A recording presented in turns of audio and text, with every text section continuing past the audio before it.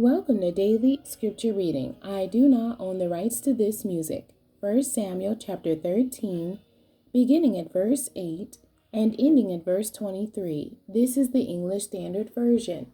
Saul's unlawful sacrifice.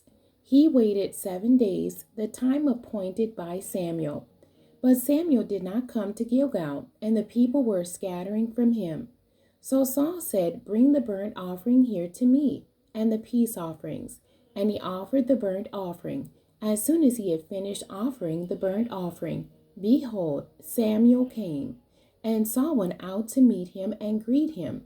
Samuel said, "What have you done?"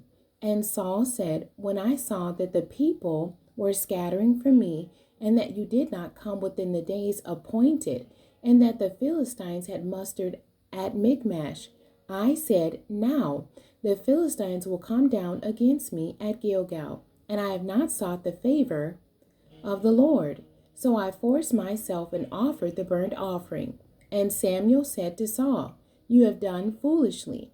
You have not kept the command of the Lord your God, with which he commanded you. For then the Lord would have established your kingdom over Israel forever. But now your kingdom shall not continue. The Lord has sought out a man after his own heart, and the Lord has commanded him to be prince over his people, because you have not kept what the Lord commanded you." And Samuel arose and went up from Gilgal. The rest of the people went up after Saul to meet the army. They went up from Gilgal to Gibeah of Benjamin. And Saul numbered the people who were present with him, about 600 men. And Saul and Jonathan his son and the people who were present with him stayed in Gibeah of Benjamin. But the Philistines encamped in Michmash, and raiders came out of the camp of the Philistines in 3 companies. One company turned toward Ophrah, to the land of Shual. Another company turned toward Beth Horon, and another company turned toward the border that looks down on the valley of Zeboim toward the wilderness.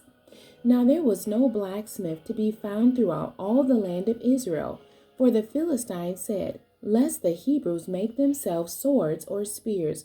But every one of the Israelites went down to the Philistines to sharpen his plowshare, his mattock, his axe, or his sickle.